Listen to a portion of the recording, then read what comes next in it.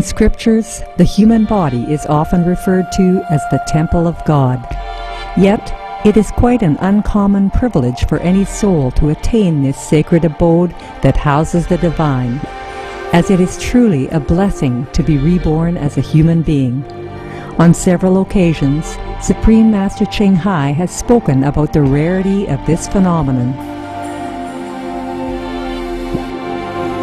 To be reincarnated in the human world is hard. You have to have enough human quality. You have to have affinity with the parents, yeah, and with the society, with the people around which you were born. And very difficult. To be a human, you need some merit. You have done something good in the past in order to be able, yeah, to be able to pick a human birth.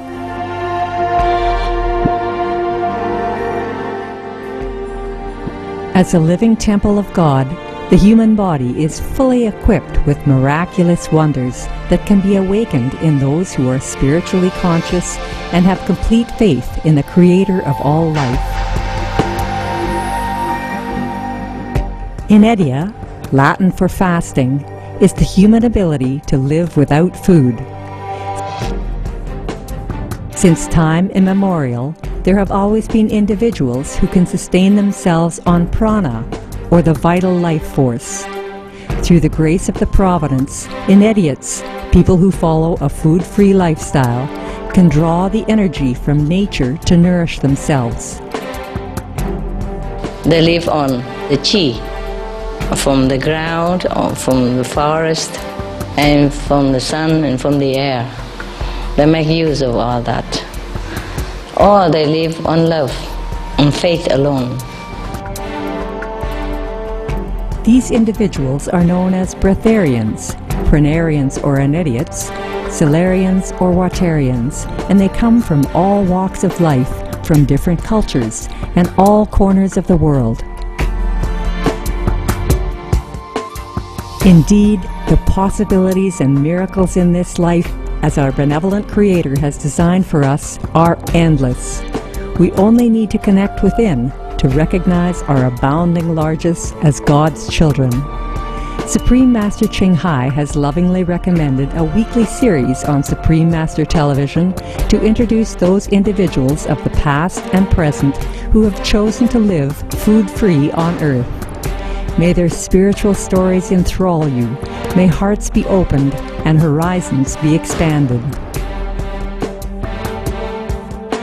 We now invite you to join us for our program, Mary J. Fancher, The Brooklyn Enigma, on Between Master and Disciples. This program discusses the possibility of breatharianism, or living without eating food, and is not a full instruction. For your safety, please do not attempt to cease eating without proper expert guidance. Dead and Yet Alive. The Extraordinary Case of Miss Fancher of Brooklyn. Facts verified by abundant testimony. A mental sight that is not the claptrap of clairvoyance. Lying for 13 years almost motionless, and at times cold with the chill of death and pulseless. Blind yet reading with perfect ease, seeing and describing acts and persons far removed from her bedside. Mental phenomena that might seem incredible except for the testimony of physicians, clergymen, teachers, and trustworthy friends. Without food for months at a time, seeming never to sleep. On November 24, 1878, an article published in the New York Sun in the U.S. introduced fascinated readers to the potential of the human body to live food-free. It told the story of Mary J. Fancher, popularly known as Molly Fancher, a woman in Brooklyn who lived for many years without the need for physical nourishment. To understand her story, let us first take a look at her background.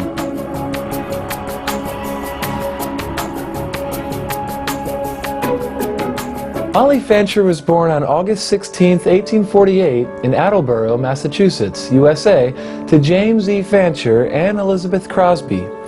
After her mother passed away when she was 2, her aunt, Susan E. Crosby, took care of Molly when her father remarried several years later.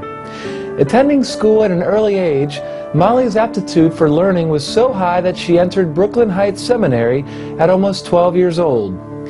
Molly grew up to be a beautiful and accomplished young lady, quite popular with everyone at Brooklyn Heights Seminary. When she reached 18, Molly was engaged to be married. On June 8, 1865, after a day of shopping for her trousseau, Molly returned to her home in a horse-drawn carriage. The hoop of her skirt caught on the wheelbase as she stepped down, and the carriage driver took off too soon. The carriage dragged her down the street for a block before shouts from witnesses stopped the driver. Her skirts wrapped around her like a tourniquet, and she lay unconscious, with numerous broken ribs. Molly sustained severe injuries to her backbone, which resulted in spinal degenerative disease. She became bedridden. After 8 months of suffering, her illness worsened. Her aunt kept a diary of Molly's conditions as follows. February 2nd, 1866. She was taken seriously ill. Her nervous system was completely deranged. Her head and feet coming together, she would roll like a hoop. She would also stand on her toes and spin like a top. Several persons were required to prevent her from doing personal injury to herself. February 8th, 1866. She went into a trance and was to all appearance dead. February 17th, she lost her eyesight.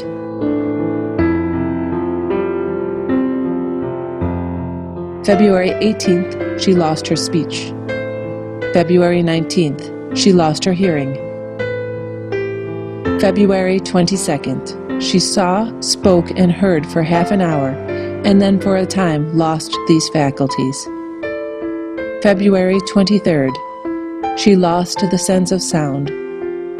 February 24th, the fingers closed. February 25th, the jaws locked.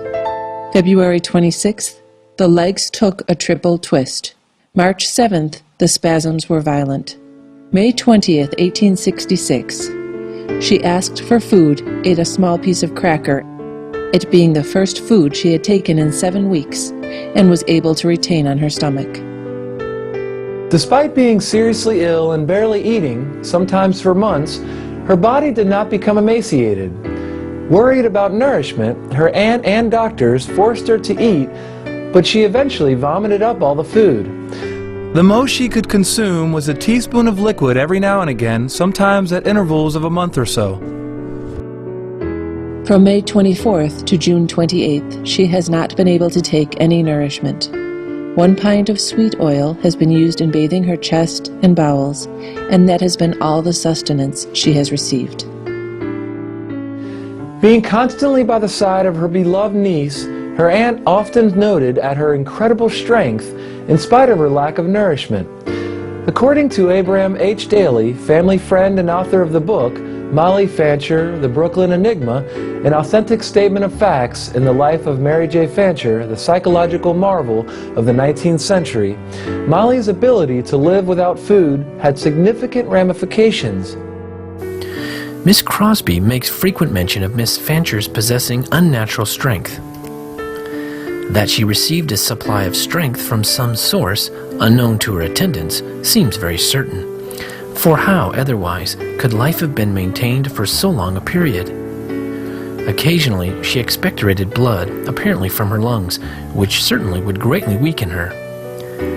How it was possible to maintain life for several years during the time her sufferings were so great, and the nourishment she received was so very small, is very mysterious. Upon 1 or 2 occasions, when they were attempting to force nourishment upon her, which her stomach rejected, and which occasioned her great distress, in reply to Miss Crosby's remark that it was necessary she should receive it to maintain life, she is said to have replied that she received nourishment from a source of which Miss Crosby was ignorant. It would seem that Molly believed she was being nourished by the divine source. News of Molly's food-free state, as well as her sudden development of paranormal abilities, traveled throughout the country. According to the New York Sun, she has developed most astonishing powers, resembling second sight or clairvoyance, reading with ease the contents of sealed letters, describing articles in hidden packages, perusing books while absolutely blind. Sometimes her powers are voluntary, at other times they are unconsciously exercised.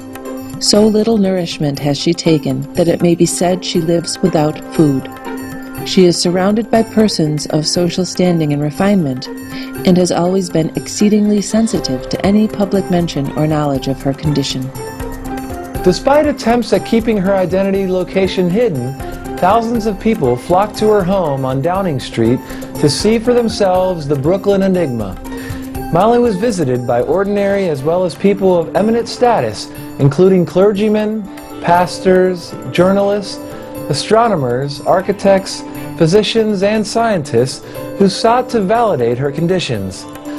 Some doctors of eminence, despite having never met her in person, wrote doubting reports about her food-free state as well as her clairvoyant abilities. Yet eyewitness accounts were numerous who testified to the infallibility of the Brooklyn Enigma. One such testimony came from Dr. Charles B. West, the principal of Brooklyn Heights Seminary, who wrote, Water, the juices of fruits, and other liquids have been introduced into her mouth, but scarcely any of them ever make their way to her stomach. So sensitive has this organ become, it will not retain anything within it.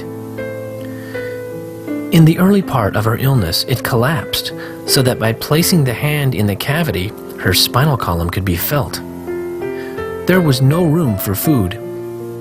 Her throat was rigid as a stick. Swallowing was out of the question.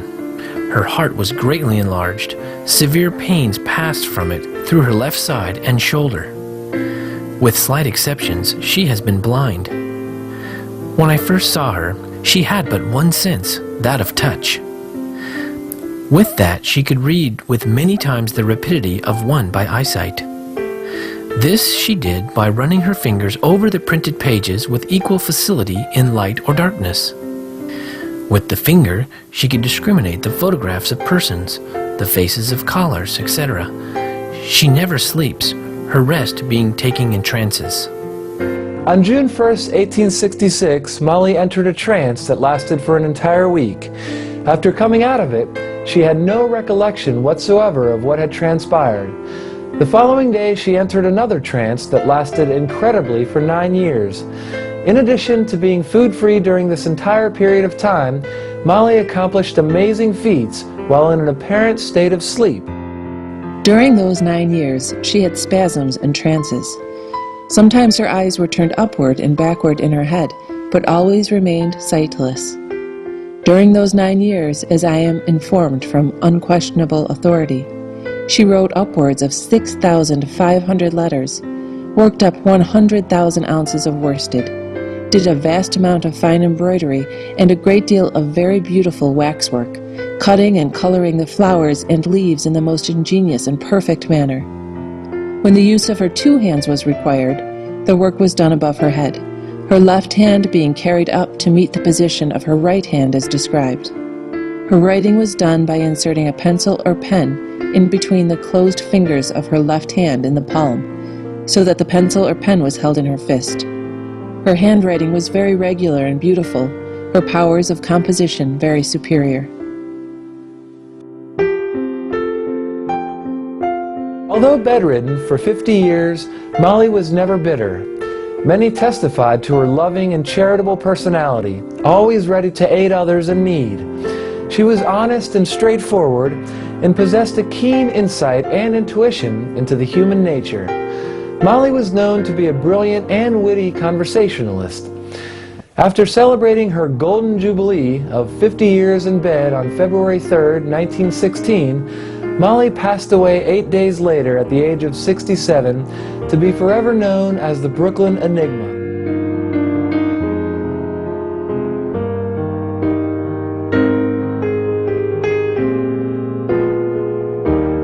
Thank you, warm-hearted viewers, for your company for today's episode of Between Master and Disciples.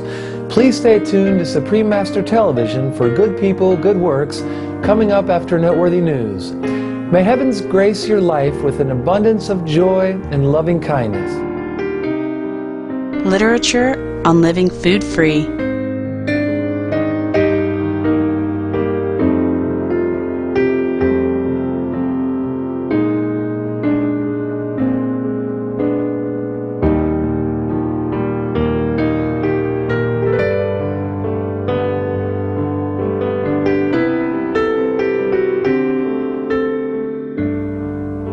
For a complete list, please visit www.suprememastertv.com/breatharians.